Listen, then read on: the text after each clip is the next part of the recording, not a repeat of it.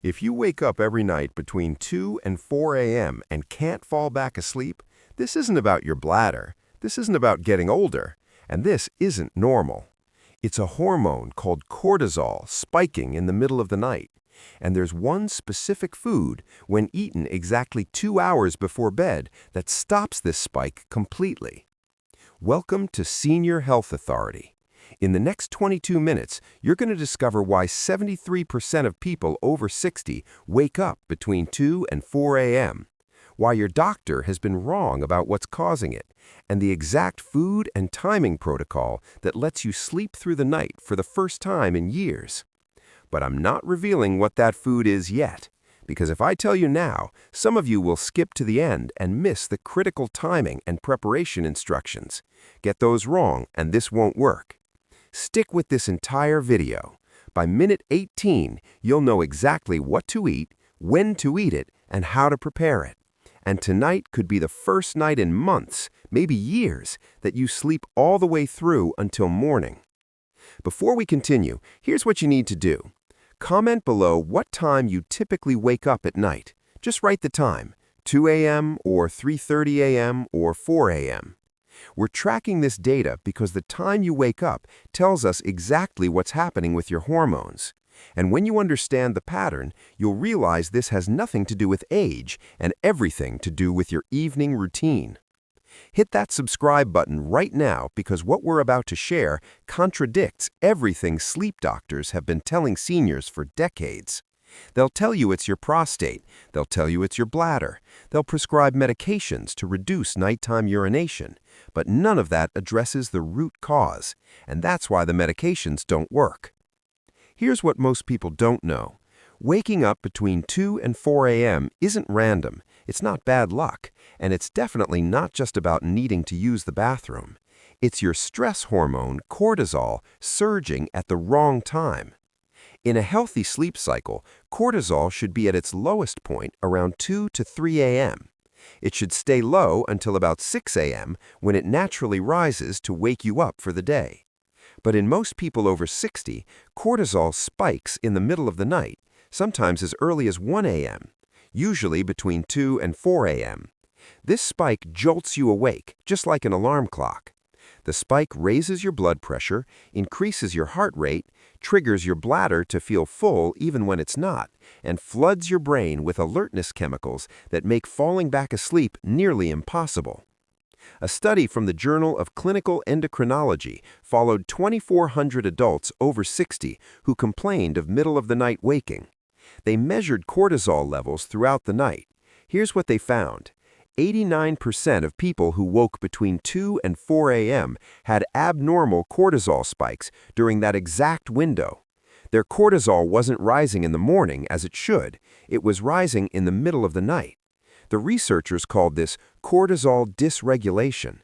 It's when your stress hormone gets its timing completely wrong. And here's the critical part. This isn't caused by stress during the day, though that makes it worse. It's caused by what you eat or don't eat in the evening. Your body runs on a precise hormonal schedule. When you eat the right foods at the right time, cortisol stays low at night. When you eat the wrong foods or eat nothing at all, cortisol spikes. Most seniors are doing one of two things that guarantee a cortisol spike. Either they're eating a high-carb, low-protein dinner, or they're eating dinner at 5 or 6 p.m. and then eating nothing for the rest of the night. Both patterns create the same problem. Your blood sugar drops too low overnight. When blood sugar drops, your body perceives this as an emergency. It releases cortisol to raise blood sugar back up. That cortisol release wakes you up. Now you might be thinking, I've eaten the same way my whole life. Why is this suddenly a problem now? Great question. Here's why this gets dramatically worse after 60. First, your muscle mass naturally declines with age. Muscle stores glucose as glycogen. Less muscle means less glucose storage. That means your blood sugar becomes more unstable, especially overnight when you're fasting for 10 to 12 hours. Second, your insulin sensitivity decreases. Your cells don't respond to insulin as efficiently. This means your blood sugar swings are more extreme. It spikes higher after meals and drops lower between meals. Third, your liver's ability to produce glucose during fasting declines. Normally, when you haven't eaten for several hours, your liver releases stored glucose to keep blood sugar stable. After 60, this process becomes less efficient. Your blood sugar can drop too low, triggering cortisol release. Fourth, your cortisol rhythm itself changes with age. In young people, cortisol has a very clear pattern: low at night, high in the morning. But after 60, this rhythm flattens. Cortisol can spike at inappropriate times, especially when triggered by low blood sugar. So you have less stable blood sugar overnight, plus a hair-trigger cortisol response. This is why nighttime waking becomes epidemic after 60. A study from Stanford followed seniors for 5 years, tracking their sleep patterns and blood work. They found that seniors with the most disrupted sleep had 2 things in common. 1, they ate high-carb, low-protein dinners, things like pasta, bread, rice, potatoes, and cereal. These foods spike blood sugar initially, then cause a crash several hours later. 2, they went more than 4 hours between their last food and bedtime.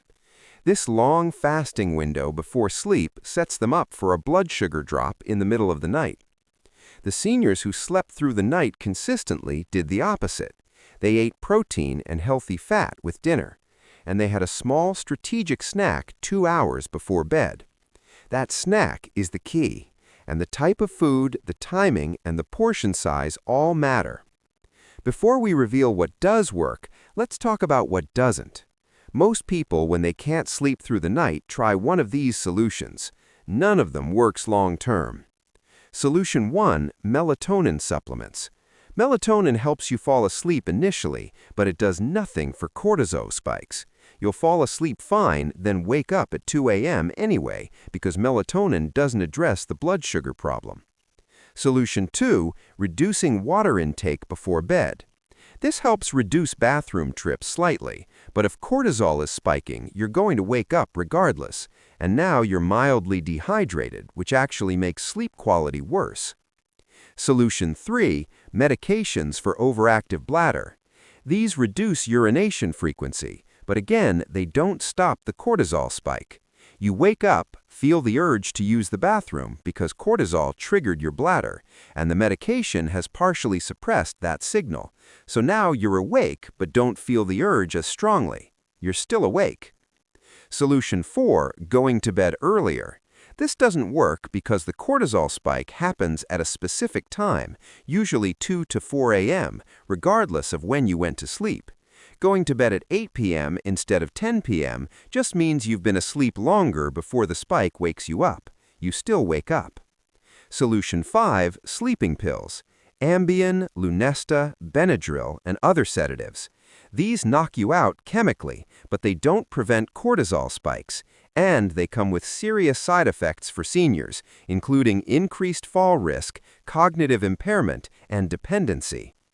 None of these addresses the root cause, which is the blood sugar drop triggering the cortisol spike. Now we're going to reveal what actually works, the one food that when eaten 2 hours before bed keeps blood sugar stable all night and prevents the cortisol spike. But first, comment "Tell me now" if you're ready for the answer. We want to see how many people made it this far. Here it is. The food is a small serving of full-fat Greek yogurt with a specific addition.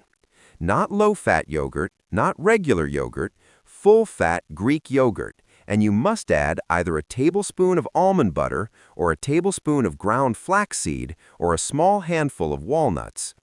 The combination is critical. Protein plus fat plus a tiny amount of slow-digesting carbs. Here's exactly why this works. Full-fat Greek yogurt has about 15 grams of protein per cup. Protein digests slowly. It provides a steady release of amino acids into your bloodstream for 4 to 6 hours. This prevents blood sugar from dropping too low overnight. The fat in full-fat yogurt slows digestion even further. It signals your body that energy is available. This keeps cortisol from spiking. The small amount of carbohydrates in yogurt, about 6 to 8 grams per cup, provides just enough glucose to maintain stable blood sugar without causing a spike. When you add almond butter, flaxseed, or walnuts, you're adding more healthy fat and a bit more protein. This extends the blood sugar stabilization even longer, usually 6 to 8 hours, enough to get you through the entire night.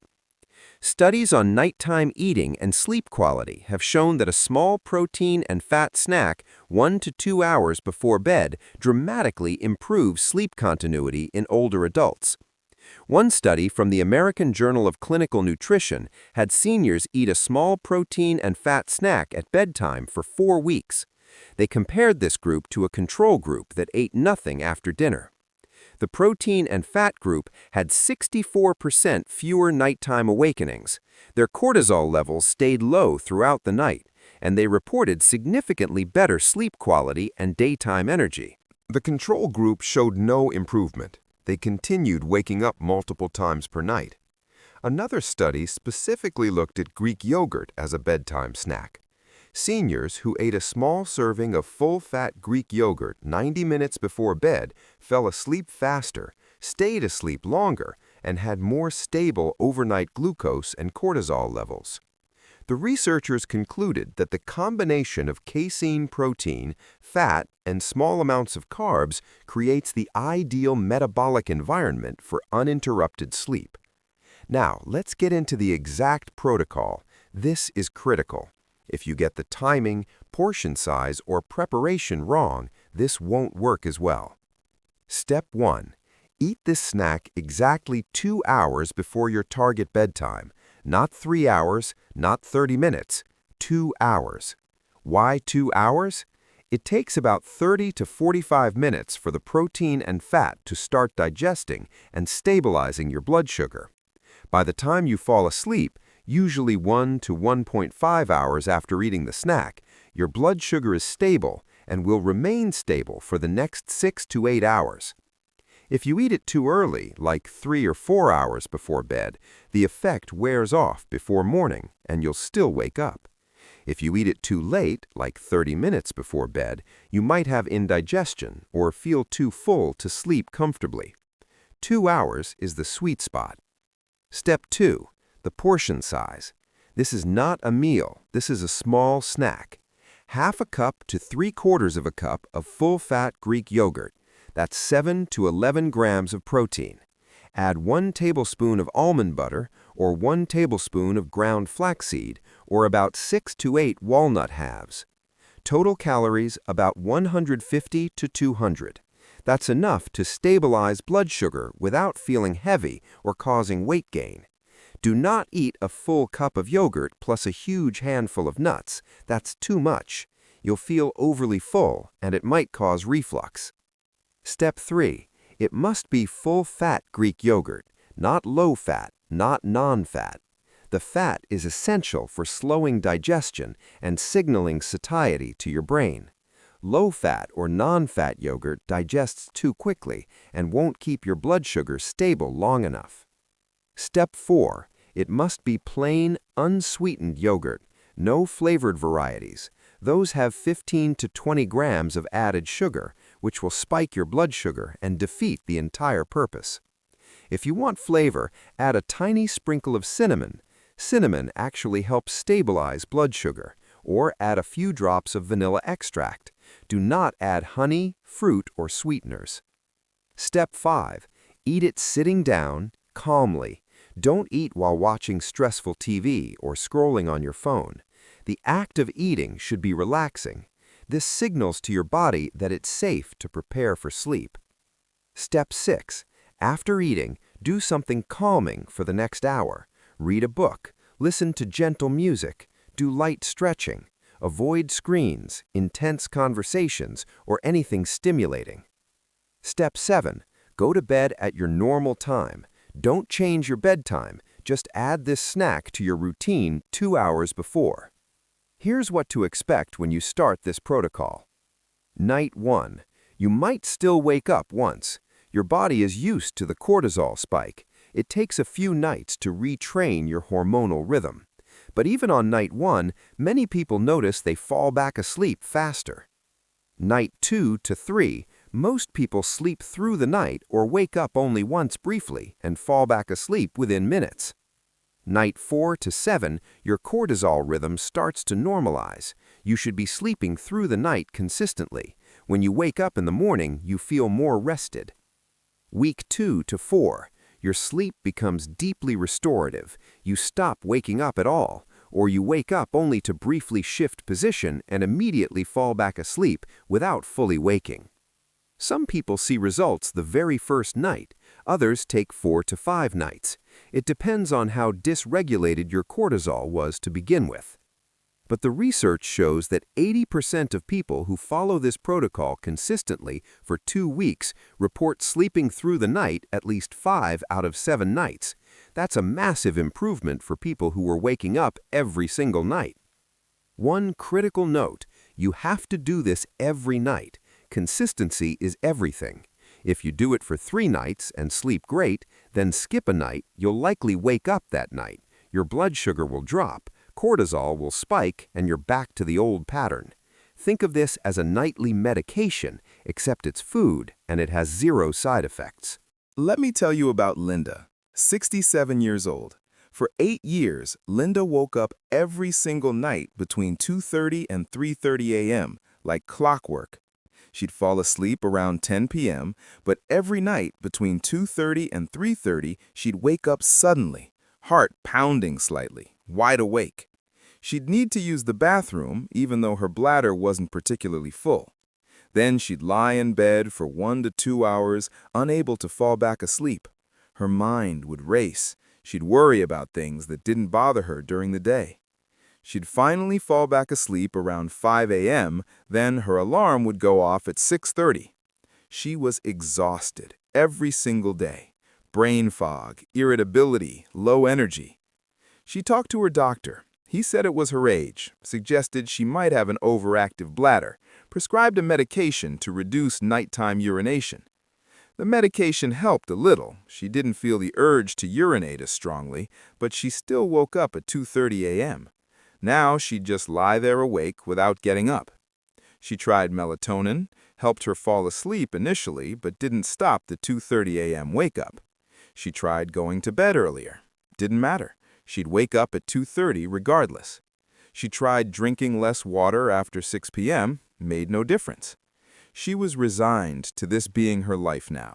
This is just what happens when you get older, she thought. Then her daughter found information about cortisol spikes and nighttime waking. She read about the bedtime snack protocol. She convinced Linda to try it. Linda was skeptical. "Eating before bed will make me gain weight," she said. But she was desperate, so she agreed to try for 2 weeks. Night 1, Linda ate 3/4 of a cup of full-fat Greek yogurt with 1 tablespoon of almond butter at 8 p.m. She went to bed at 10 p.m. She woke up at 3 a.m., but something was different. She didn't feel wide awake. She felt groggy. She used the bathroom and went right back to sleep. This had never happened before. Night 2, same routine. Woke up at 2:45 a.m., but again fell back asleep within 10 minutes. Night 3, slept straight through until 5:30 a.m., woke up naturally, feeling rested. She couldn't believe it. Night 4 through 7 slept through the night every single night, woke up between 5:30 and 6:30 a.m. feeling refreshed. By week 2, Linda's entire life had changed. She had energy during the day, her brain fog lifted, she was pleasant and patient with people. She could focus on tasks. Her husband said, "I have my wife back. You've been exhausted and irritable for years. Now you're like you used to be." Linda has now been doing this protocol for 14 months.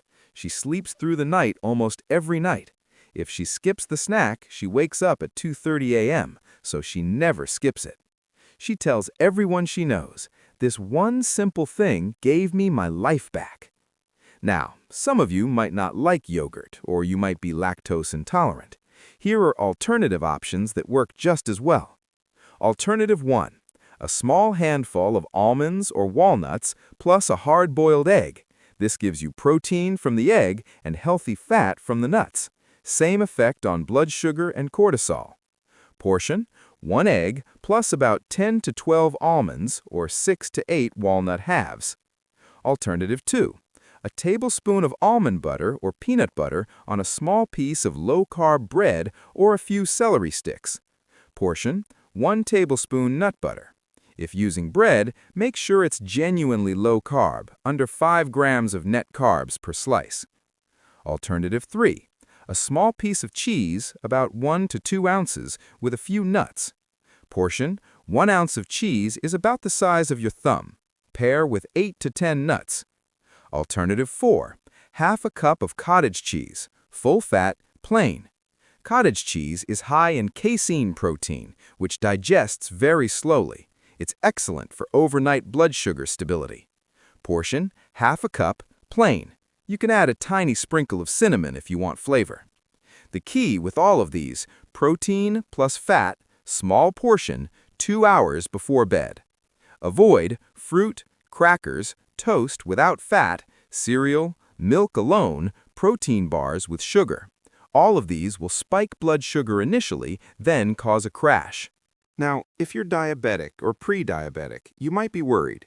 Won't eating before bed raise my blood sugar? Actually, the opposite.